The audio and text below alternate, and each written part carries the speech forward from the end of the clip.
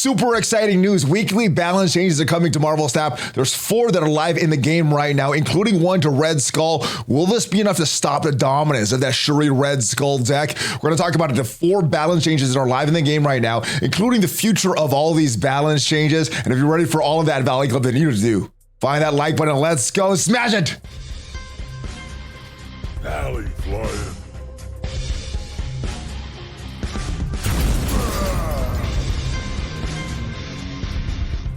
Hello, Marvel Snap fans. It is a hype day in Marvel Snap because we have balance changes. We were expecting some of these balance changes when this new season dropped. We didn't get it on Tuesday, but we have it today on the Thursday. We're going to talk about the 4 cards that got changed, 2 buffs, 2 nerfs, and the rest of the future of all these balance changes. Now, before we get into all that, if you haven't already subscribed to the channel, hit that subscribe button for more great Marvel Snap content, at least 5 Marvel Snap videos per week on this channel. Usually there's more. We have deck ideas, we have news, everything to help your Marvel Snap experience. But let's get right into these balance changes and what it means for the future of all these balance changes in Marvel Snap.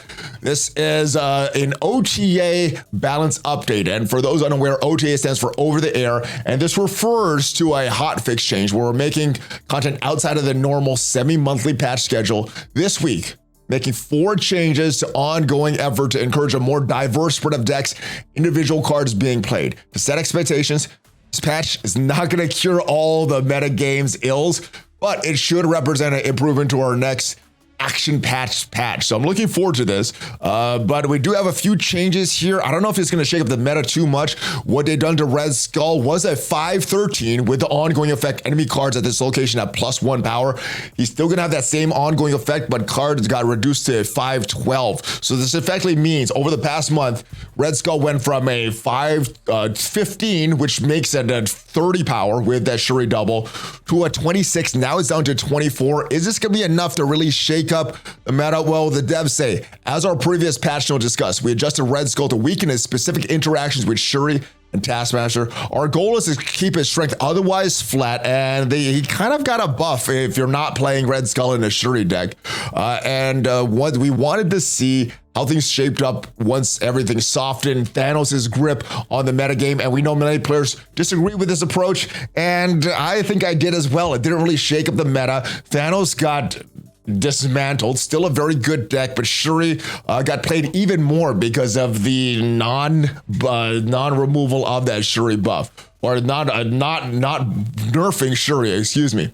All right, so we know that many players will disagree with this approach, and we're weighing that feedback as well as continue to debate internally how aggressive our balance update should be. In this case, things settle around in an improved metagame, but with decks based around Shuri, Taskmaster still too strong for our liking. We recognize Shuri is a clear, true offender, and we have a balance change for Shuri ready. However, they need to wait. The change to Shuri needs a patch to be implemented. We can't make it via OTA, so our interim adjustment is to weaken the Shuri deck just a bit more. So you can still expect the Shuri deck to be pretty dominant. Maybe not as dominant, but pretty dominant still. We do expect Shuri to remain viable after this Red Skull tweak, but we don't want to drastically nerf multiple innocent cards. We have an incoming nerf to Shuri herself, so we can expect another nerf to Shuri. This is just kind of a temporary change to Red Skull. They don't want to hit multiple cards like Maria Hill got hit in that Quinjet nerf. Once the change to Shuri is live, and they do have a date for when that patch is expected to go live, we revert to this process of previous Red Skull changes. Maybe they're going to revert back to where Red Skull was before, but we're going to give that time to breathe to ensure a larger shift in the metagame. All right, so that is what happened to Red Skull. Sunspot also got nerfed. This is not a huge change, going from a 1/1 to a 1/0, so giving him effectively 1 less power at the end of the game. His effect still remains the same. At the end of each turn, gain +1 power for each unspent energy, and Sunspot is the most heavily played card in the game, one of the most heavily played cards in the game. This is why, obviously, he's strong, and he's not even in Series 3. He's in Series 2, and he has some powerful synergies with cards like She-Hulk, Infinite, and others. The opportunity cost for having in your deck is also very low, since you have to spare 1 energy on any turn to unlock him on his strength floor, and his ceiling can be very high, and that is very true, especially if you get a location like Project Pegasus and you don't really have anything to play there. That could be a lot of power that your opponent may not be expecting out of Sunspot. All this adds up to a solid criteria, a minor nerf creating a space as for less plays card to compete more often for slots and decks. We're curious if nerfing She-Hulk would have made an impact on Sunspot, but truthfully, we didn't expect any change, and we assumed we'd be making this adjustment sooner rather than later. And it happened today. We did evaluate some other changes to Sunspot, but for a Series 2 card, we want to retain the elegance of the original design, just a touch weaker. As a default card in both Shuri and Thanos, this does change the impact of those decks a little bit more, and in other decks as well. So that is what happened to Sunspot. Doesn't really change too much of Sunspot, but yeah, got a little bit weaker. Same thing with Red Skull. Shadow King got a little bit of a buff, and this card, I do like its effect. I do think it has value. At a 4-cost card, I think it was a lot, very, very debilitating. Not sure if it's going to bring him into the meta, but I think this is going to give him a little bit more use. The problem is it's still in pool 3, pool 4, and I think, at least for myself, I want to wait till he's in pool 3 to test this card out. Shadow King's whole purpose was to fight back against exactly the kind of thing that Shuri's doing, but this card simply released too weak to be consideration for most decks. We recognize his status as a Series 4 card that used to answer powerful decks rather than fuel them, might limit his potential to impact the metagame. However, we're happy to give him this boost and see where things land from here. So they're hopefully they're not done adjusting Shadow King. I do like his effect. His power is a little weak. The timing that it comes out is a little weak. But if you could throw this down on the final turn of the game at maybe a 2-cost or even this 3-cost, let's see how things shake up with this. And Sentry. This was a very weird card to play. I unlocked him a long time ago. I haven't really found a real good deck that I want to play this Sentry in. Currently, before the patch, it was a 4-8, and on reveal is going to add a -8 power void to the right location. Now it got bumped up. Sentry is now a 4-10. Still can't play this at the right location, and on reveal is going to add a -10 power void now to the right location. Sentry is a card that hasn't found a great home yet. While these number changes aren't obviously impactful buff, it does increase the potential reward for running Sentry and the potential damage for donating your void with a Viper card. So this is a change we've been interested to try out. We're making it here. So I like that they're keeping this open. They're not saying this is gonna fix everything. I like that in all their worrying, they're seeing how things are gonna shape up. Now, this is a lot of important context for all these changes and some of the changes that we can expect in the future. Speaking of the changes we're trying out, we have an exciting announcement of the future card balance for update, starting with our upcoming April patch.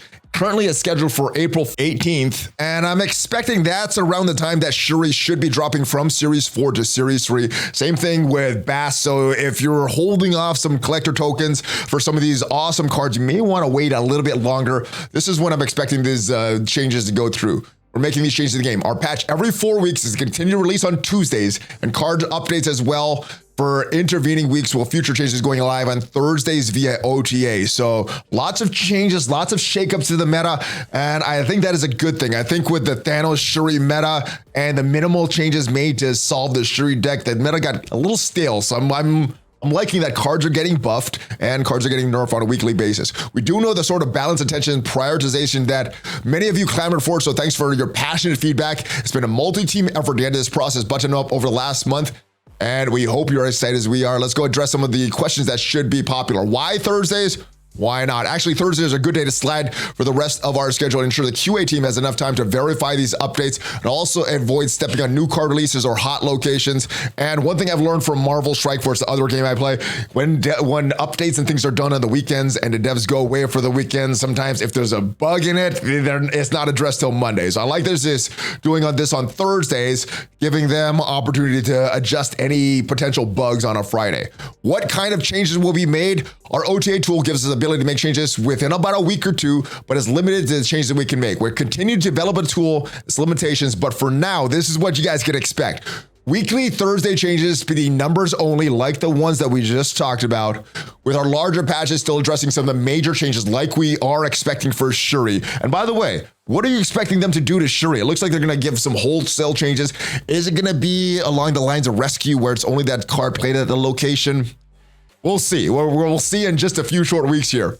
All right, we will be nerfing, or will we be nerfing or buffing cards? Well, as you can see with Sentry and Shadow King, we need to do buff cards as well through OTA. In fact, we're going to guarantee at least one buff in each of these updates. We'll be using this method to balance metagame with nerfs as well, but only when it's deemed necessary. So that is a good thing. At least one buff. Very disappointed the balance changes last patch where we got a bunch of nerfs and no buffs. So glad we're getting a buff every week. That is good. How many cards could be expected to change a week? Our target is 2 to 4 cards every week. Once on patch weeks, it's possible we'll change more, as that is a unique access point for us. So 2 to 4 cards every week. How will we pick cards to change? We have a list of buffs and a very little small list of nerfs we're trying to make to existing content. We're prioritizing them based on how we expect individual changes to expect the metagame and combined with new cards, new locations, but we'll shift around based on the live metagame. So I like that they're looking at how the community is reacting to these changes and making these changes on the fly and having this tool that allows them to do that.